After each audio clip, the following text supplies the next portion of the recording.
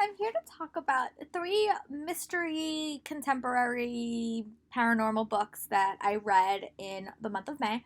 They all are mysteries. Some are contemporary and some are paranormal. And I will talk about them in order of the way that I like them. So the first book I'll talk about that I really liked was My Last Kiss by Bethany Neal. I gave this book 4 stars. I really enjoyed it.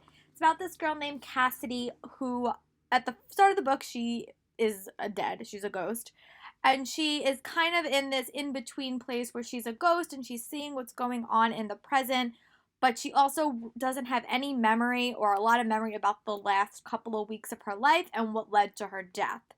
And it's basically her uncovering what led to her death. Was it suicide? Was it murder? And also, in that case, we're also seeing it through her eyes in the past. Um, and the major connection between this novel is Ethan. Isn't his name Ethan? Yeah, I think his name is Ethan. Yeah, it's Ethan. So basically, Ethan was her boyfriend throughout most of her life, and he is the one that she has a big connection with, and he can, in theory, see her ghosts throughout the novel. I really like this book. I loved the how the world was built and the rules around the ghost relationship that we had between Cassidy and Ethan. I thought it was really good. I love the flashback processions. I love the present, and I love the flashbacks to the past and how we really saw it through her eyes. I thought the mystery was really complicated, and I wasn't expecting where it went, and I really liked it. I This was also the first book where I didn't predict the ending. I didn't predict who the killer was at all, and I really like that. It does deal with harsher issues. It does deal with body image, and it does deal with drugs and alcohol. So that stuff is also there, but also the present of suicide and murder is also always hanging in the air. It also does show the impact suicide does have on people, or the impression of suicide has on people after someone is gone. I really did like the ghost elements. I thought that was probably the strongest part of the book, and also seeing how Cassidy related to all these people now that she was gone. It was it was heartfelt, and I really, really enjoyed it. I thought that the mystery was very, very compelling, and it kept me reading. So if you're looking for a quick murder mystery, I would read this book. It's called My Last Kiss by Bethany Neal. And then the second book that I read this month is Mind Games by Kirsten White. And this is the first book in a duology. The second book is Perfect Lies. I'll hopefully get to read that next month. And this follows two sisters, Anna and Fia, and they go to school in a boarding school that is kind of for kids that have psychic abilities. And Annie is a girl that cannot see; she has no vision, but she does get visions of the future. And Fia is a girl who is an emotional reader. Oh, I'm sorry. She has flawless intuition, so she always knows if things are right or if things are wrong. She can always tell what's going on. And this book, also like My Last Kiss, is told through alternating timelines. There is an event that happens in the past that you are learning how they got there, and then you are also seeing what is going on in the present. And the escape of basically the book starts off that Annie is sent to kill somebody, and she realizes that she doesn't want to kill this person, but unless she follows the school's rules, her sister will be killed. So it is this constant battle between these four characters, two girls and two boys.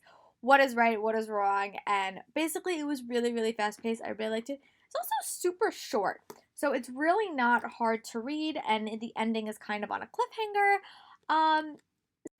And you also see very different dynamics of the sisters in the present and the past, and I loved learning how we got to that point. Overall, I really liked it, and I hope to pick up Perfect Lies soon. But yeah, I really like this book. The next book and the last book in this summary wrap up is The Cruelty by Scott Bergeron. I got this book at New York City Comic Con. I met him. He signed it.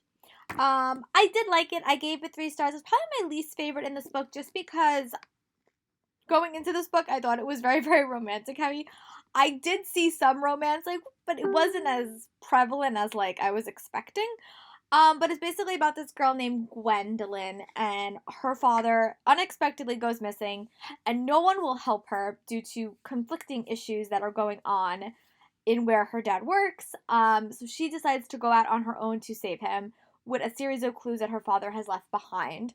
The one thing I did like about this book is that it had a bunch of different like setups through it. There was like her home, and then there was her like it changed setups really really quickly. So you got different environments, and I like seeing Gwen in the different environments.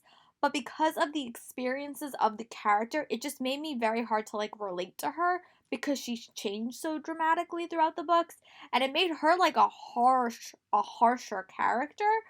Just like a harsher character to like enjoy, I guess. So yeah, it was like a little bit difficult to really like this character. I think that's kind of the point that they're making, that, you know, um Gwendolyn, these people took her father, were cruel, and she had to become just as cruel to get him back. So where's your line? What's your line that you will not cross? And that's really what she was in. Like, what line would she refuse to cross to get her father back?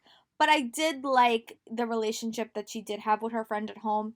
I almost wish it was like he went with her just to see their dynamics throughout this and to see how that would have affected her.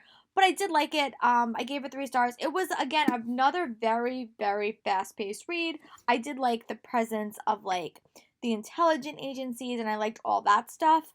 Overall, it was interesting. I'll definitely be checking out Greed. I don't know when that comes out, but that is the second book in this series.